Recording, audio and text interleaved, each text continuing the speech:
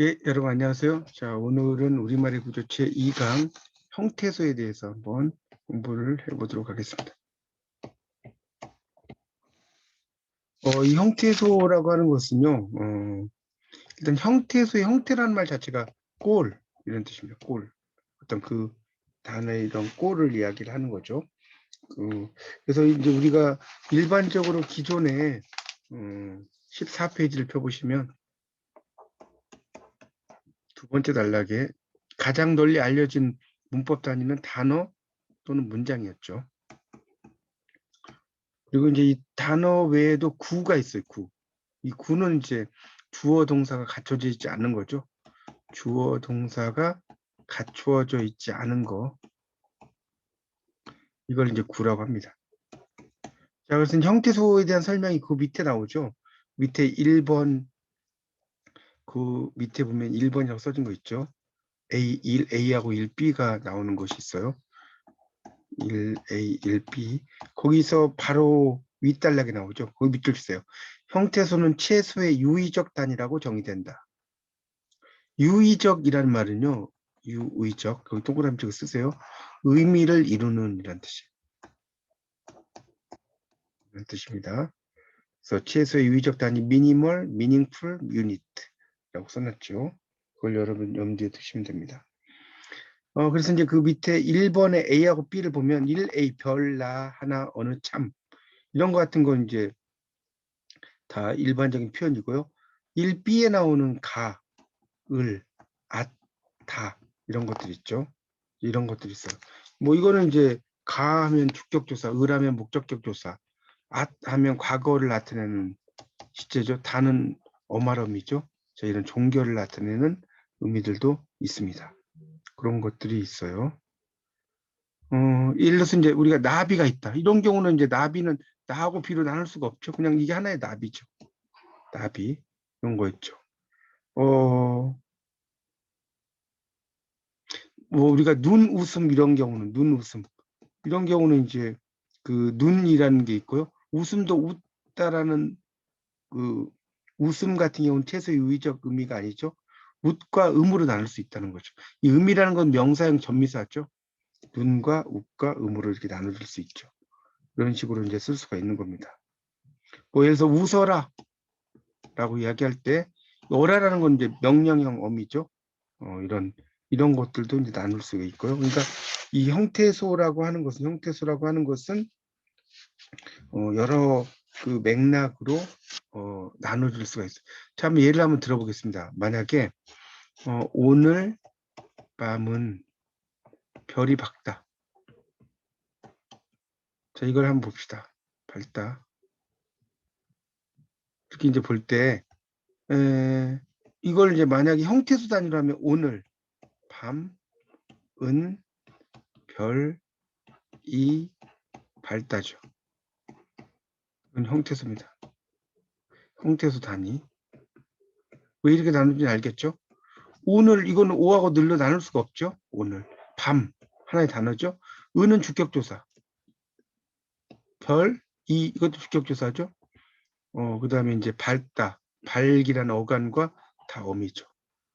근데 이제 단어 다닐 때는 오늘 밤 은 주격조사 단어죠. 별 그다음에 밝다는 이제 하나의 단어죠. 이건 단어 단위예요. 자, 구 단위를 보면요. 오늘 밤은 에서 끊죠. 별이에서 또 끊죠. 그다음에 밝다에서 또 끊죠. 이게 9단입니다. 자, 그럼 문장 단위는 뭐냐? 오늘 밤은 별이 밝다. 자, 이것은 문장 단위죠. 9단위가 아니죠. 자, 이렇게 나눠지는 것을 이제 우리가 이 문장의 의미를 어떻게 문법적으로 나누느냐 이런 걸 따지는 거죠. 자, 그런 걸 염두에 두시고요. 자, 16페이지를 보세요. 16페이지. 형태소의 종류. 자, 이 형태소의 종류는 첫 번째 자립형태소와 의존형태소가 있어요. 자립형태소와 의존형태소가 있습니다. 이 자립형태소는 혼자서 설 수 있다는 거고요. 의존해야 된다는 거죠. 그러니까 이 자립 형태소는 거기 이제 두 번째 단락 첫째 줄 있죠. 자립 형태소는 다른 형태소와의 결합이 없어도 문장의 한 성분으로 쓰일 수 있고 이렇게 나오죠. 그것 하나만으로도 한 문장을 이룰 수 있는 형태를 말한다. 이게 바로 자립 형태소입니다. 혼자 쓸 수 있다는 거죠. 그래서 이번에 그 A, B, C를 보면 A는 하늘, 보자기, 사과, 나, 너, 우리, 하나, 둘, 셋. B는 무슨, 어느, 더, 잘, 좀, 왜. C는 예, 앗, 여보 이런 거 있죠. 그래서 이 A의 명사, 대명사, 수사 이거죠. 우리가 문법적으로 명사, 대명사, 수사를 뭐라고 하냐면 체언이라고 그래요. 체언이라고 합니다. 그 다음에 동사와 형용사는 용언이라고 그래요. 용언. 이 체언은 몸이라는 소리죠. 몸체자죠. 용은 쓸 용자죠.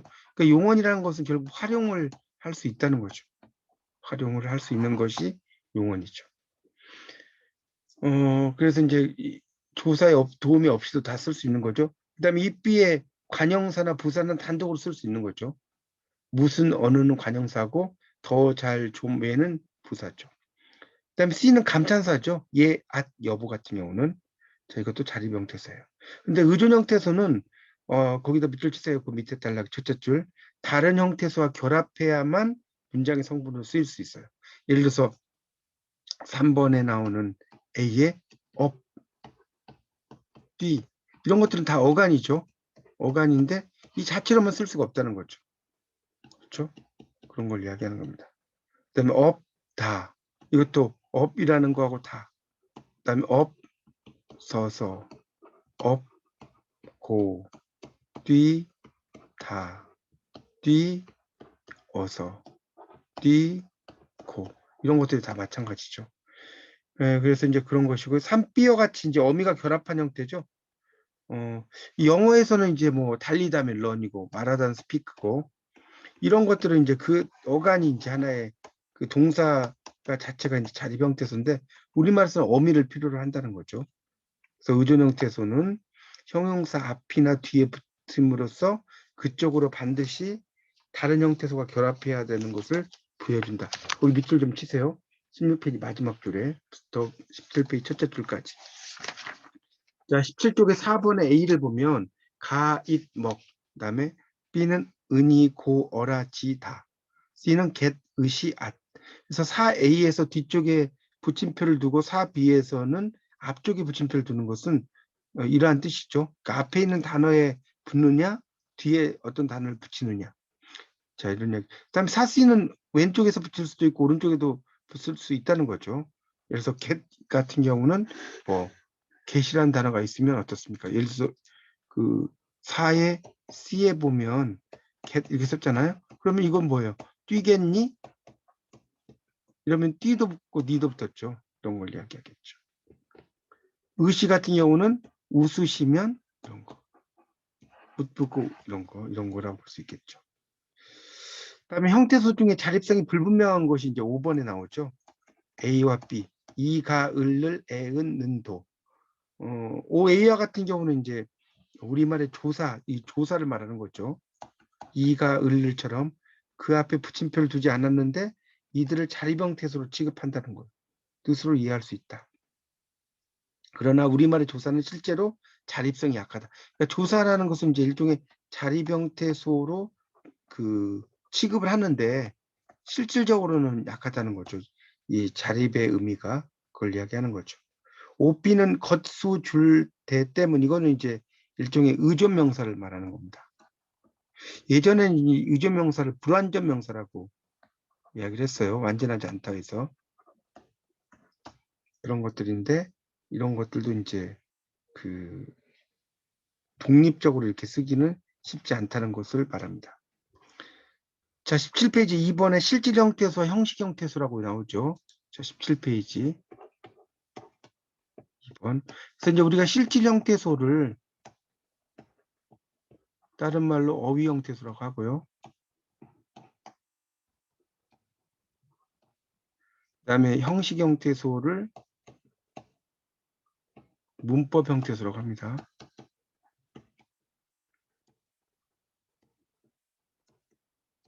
이렇게 이야기한다는 것도 좀 알아두십시오. 그렇게 볼 수가 있다.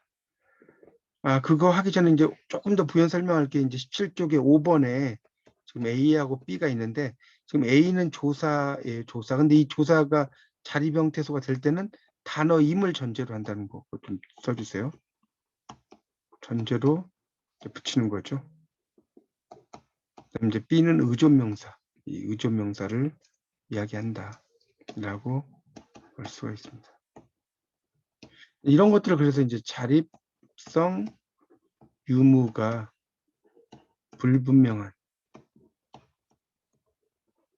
형태소다 이렇게 이야기를 합니다. 자, 그래서 이제 그 6번에 A번에 보면 책, 얼굴, 익, 높, 벌써, 무슨 이런 것이 있죠. 이거는 이제 어휘적인 의미죠. 그래서 이 6의 A는 어휘적 의미를 나타내요. 그래서 실질 형태소죠. 그 다음에 B는 문법적인 거죠. 을을, 목적어, 만, 뭐 보조사, 도, 보조사 이런 것들이죠. 이런 것들을 이제 그 형식 형태소라고 이야기를 합니다. 그러면 이제 여기서 이제 문제 하나 하면 만약에 용언의 어간, 이 용언의 어간은 어떻게 됐냐? 자, 의존 형태소죠. 이거는 이제 자립으로 쓸 수가 없죠. 그래서 뛰 이런 거 같은 거죠. 뛰다 할 때. 의존 형태소이면서 자, 이 뛰는 실질적인 의미를 가지고 있죠. 그러니까 실질 형태소다. 자, 요거 세 개 중요합니다. 용언의 어간은 의존 형태소이면서 실질 형태소다. 자, 그래서 18페이지 넘겨보시면 둘째 줄에 자립 형태소는 대체로 실질 형태소와 일치하고 의존 형태소는 대체로 형식 형태소와 일치하지만 동사나 형용사의 어간은 의존 형태소면서 실질 형태소다. 자, 그 밑에 이제 특이 형태소라고 나오는 게 있어요. 특이 형태소. 3번에 특이 형태소 나오죠. 18페이지 3번이죠. 이 특이 형태소라는 건 뭐냐면 그것과 그 단어와 어떤 유독 그 단어와만 결합하는 거예요. 예를 들어서 오솔길 이러면 오솔 다음에 길이 결합이 된다는 거죠. 이런 경우가 이제 특이 형태소입니다. 그래서 이제 특이 형태소라고도 하고요. 유일하다 해서 유일 형태소 라고 이야기하는 겁니다. 그러니까 특이 형태소는 수가 많지 않아요. 그 18페이지 마지막 단락이 나오죠. 착하다. 그 다음에 아름답다. 그 다음에 새삼스럽다. 이런 것이죠. 또 느닷없이 감쪽같이 해서 느닷, 감쪽 등은 특이 형태소죠. 뭐 느닷같이 이런 말 없단 말이에요. 느닷 다음에는 그냥 없이가 되는 거죠. 감쪽 다음에는 가치가 붙는 거죠. 그래서 이렇게 거의 단어와 연결되는 것이 유일하게 정해져 있어요. 유일 형태소입니다. 자, 19페이지에 이 형태라고 나오는데 이 형태. 이 형태라는 것은 이제 다른 형태란 뜻이에요. 거기 19페이지에 2.3의 이 형태라고 나오죠. 다른 형태. 자, 그걸 좀 보겠습니다. 그래서 이제 우리가 여기서 이제 이 형태에서 조금 알아두실 것은 이 교체와 교체, 이 형태가 있어요. 이 형태. 그래서 이 교체라고 하는 것은 하나의 형태소가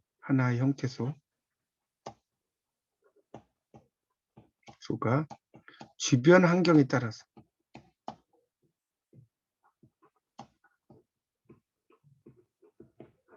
이거에 따라서 겉모습을 달리한 형태죠.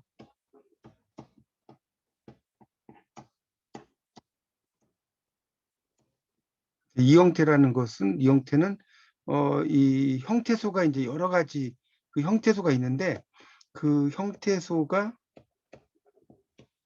여러 가지로 나타나죠.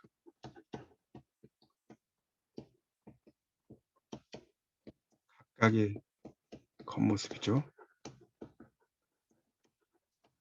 그렇게 이해하시면 됩니다.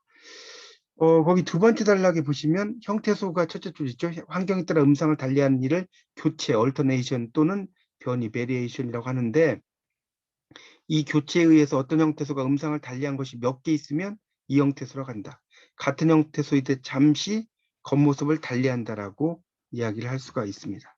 우리가 뭐 듣다 같은 경우가 이제 예를 들어 듣다. 듣다 같은 거는 이제 hear, 뭐 listen 이런 뜻이죠. 듣다. 근데 이것도 활용을 하면 듣다, 듣고 들으니, 들으니죠. 들으니. 디귿인데 이게 리을로 바뀌어 버리는 거죠. 그 형태라고 하는 것 자체가. 그래서 이제 이 형태라고 하는 것은 하나를 전제로 해서 이제 다른 의미 이런 것을 이야기합니다. 그래서 듣을 형태로 할 때는 이제 듣까지 포함이 되지만 이게 들이라고 하는 것도 이제 그 속에 들어가 있다는 거죠. 그리고 이제 값 같은 경우도 마찬가지죠. 값도 프라이스 가격인데 이것이 이제 예를 들어서 값2 그다음에 값도 값만 이러면 이걸 이제 발음을 할 때 의미가 좀 달라지는 거죠. 그렇죠? 예를 들어서 이럴 때는 값이라고 이제 있겠죠. 발음을. 이거는 값도가 됐죠. 또. 이거는 값인데 만 앞에서 미음 앞에서는 이렇게 미음으로 발음이 되죠. 값만이 아니라 값만이라고 발음이 되는 거죠. 값만. 그렇죠? 그런 식으로 이제 실제의 어떤 발음들이 이렇게 의미상으로 달라진다는 것들이 또 있는 거죠.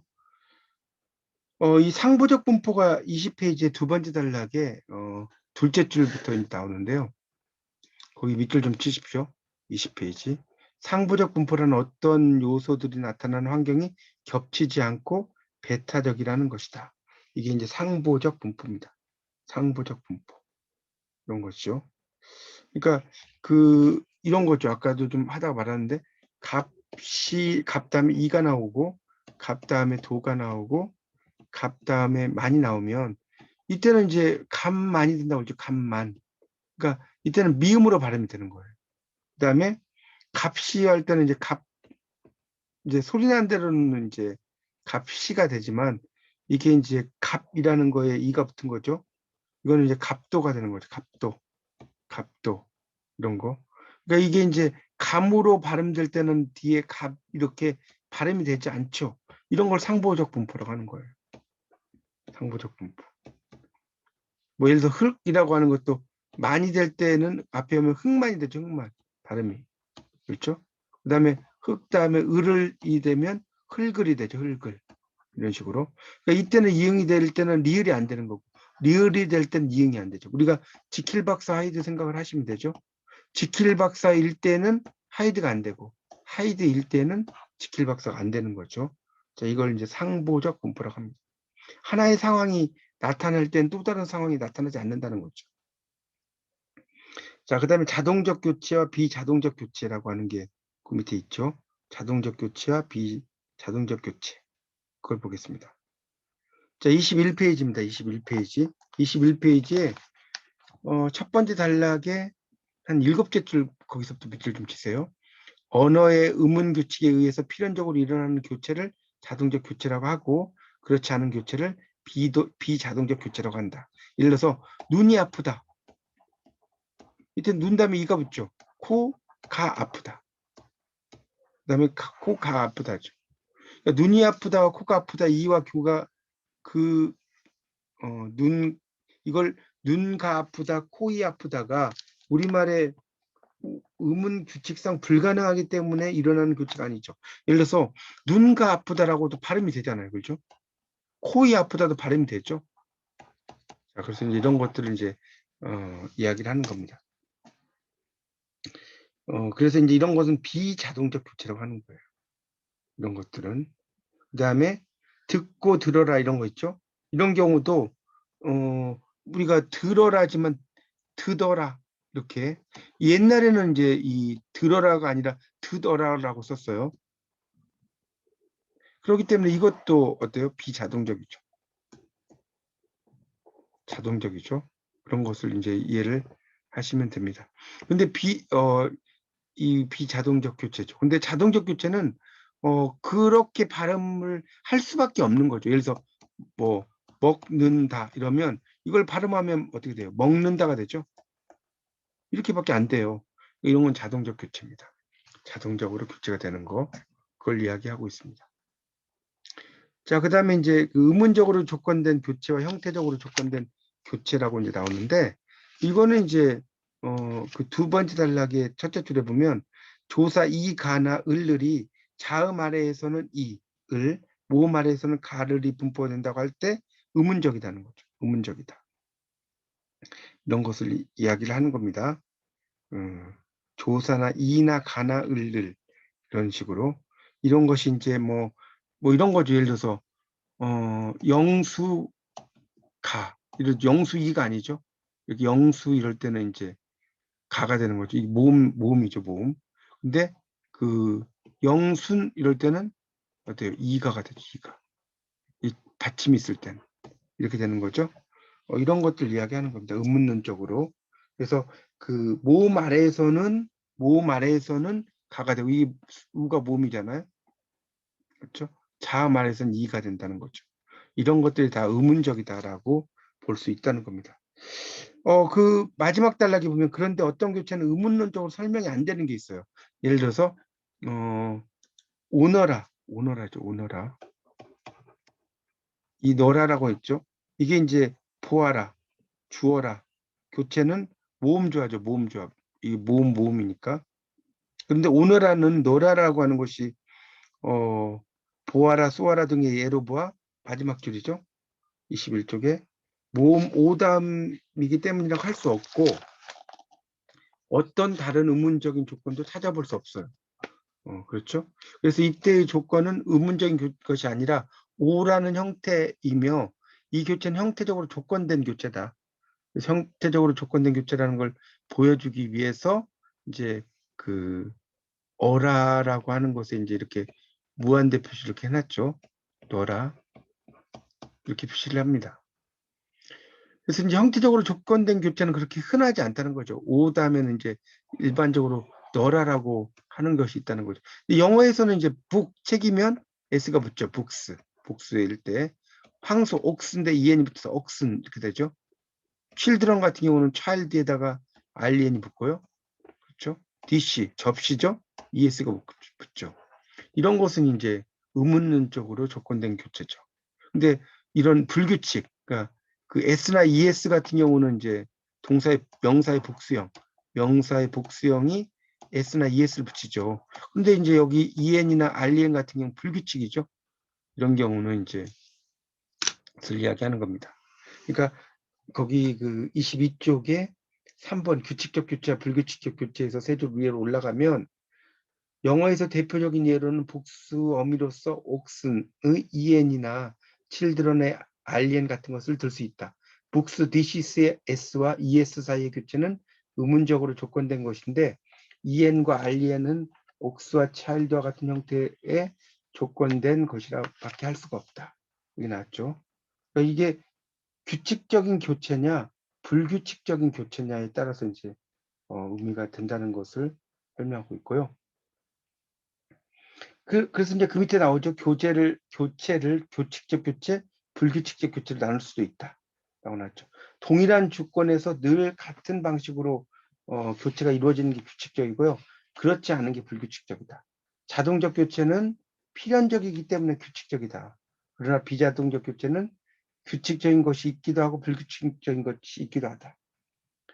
이게 나왔죠. 그러니까 이가나 을은 자 말에서는 이와 을이 되는 거죠. 모 말에서는 가와 을이죠. 그런데 듣고와 들어라는 듣과 들의 교체는 믿어라 쏘다라처럼 모음 앞에서도 디귿이 리을로 교체되지 않는 것이 있다는 거죠.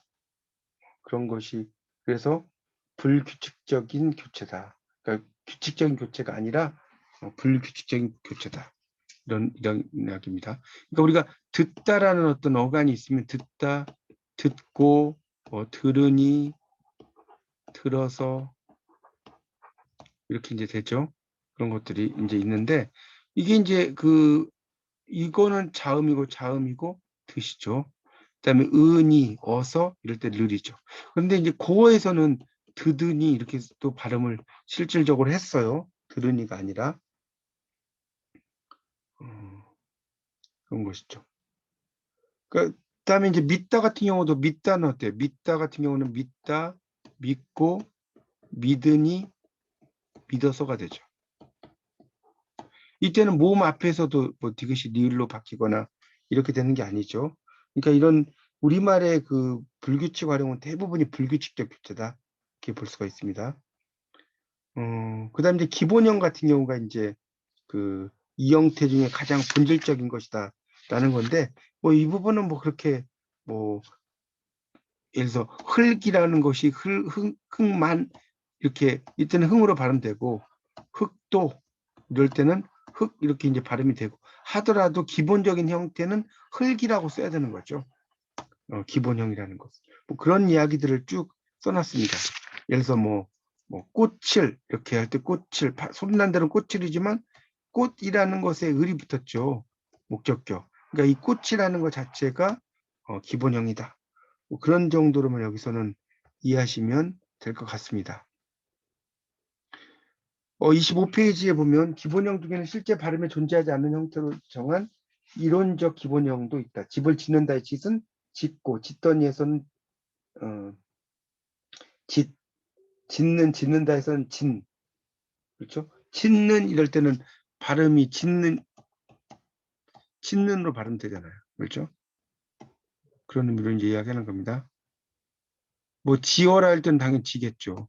그래서 어떤 경우에도 실제로 발음이 짓으로 실현되는 경우는 없다는 거예요. 그렇죠? 그런 의미로 이제 볼 수가 있습니다. 그러니까 집을 짓고 집을 짓더니 이럴지만 이것은 이제 짓 이렇게 들린다는 거. 짓는다는 니은으로 발음되고 짓는이 되고. 그럼에도 현행 맞춤법에서는 짓고 짓는다로 쓰는 것은 짓을 기본적으로 삼았기 때문이다. 이 짓이라는 것이 하나의 기본형이라는 거죠. 집을 짓다 할 때 그런 이야기 쓰는 겁니다. 그래서 이는 이론적으로 짓이 모음 앞에서 기로 변이를 일으킨다고 분석되고 역사적으로 이들이 시옷 발음을 가졌던 것을 고려한 것이다. 그렇죠? 시옷이라는 게 밑에 있다는 거죠. 짓은 말하자면 이론적으로 세워진 기본형이다. 시옷 불규칙을 하는 있다. 있다 같은 경우는 시옷 불규칙이죠. 그래서 있다, 시를 있다, 있고 이은이가 되는 거죠. 이은이. 뭐 그런 이야기죠. 뭐 병이 낫고 나은이가 되죠. 그렇죠? 그런 의미로 이제 이해하시면 될 것 같습니다. 그래서 이제 그런 그 의미를 좀 보시고요. 뒤에 문제를 풀고 이제 이번 강의를 마치도록 하겠습니다. 자, 거기 이제 연습 문제 26페이지에 보면 연습 문제가 나오는데요. 문법 단위에 속하지 않는 것은 그랬는데 답은 형태소 구 문장은 다 문법 단위지만 음절은 문법 단위가 아니죠. 그래서 이거 1번이 답이 되겠고요. 형태소에 관한 진술 중 옳지 않은 것, 최소 유의적 단위다 맞죠? 가장 작은 언어 단위다 이건 아니죠. 문법적 기능만을 담당한 형태수도 있죠. 그다음에 푸른 산에 푸른은 두 개의 형태수다. 왜 그러냐면 푸르다에다가 플러스 니은이 붙은 거죠. 니은. 이거는 이제 형용 일종의 푸르다라는 것은 이제 형용사의 어떤 어미가 되는 거죠. 자, 의존 형태소이면서 실질 형태소 이건 저번 시간에 이야기했죠. 한번 별표. 의존 형태소면 실질 형태 어간을 찾으면 되죠. 그러니까 밝고의 발. 그다음에 떠 있다의 떠 이거죠. 밝고의 그러니까 떠니까 떠의 어간은 뜨죠. 뜨 이런 것이 있겠죠.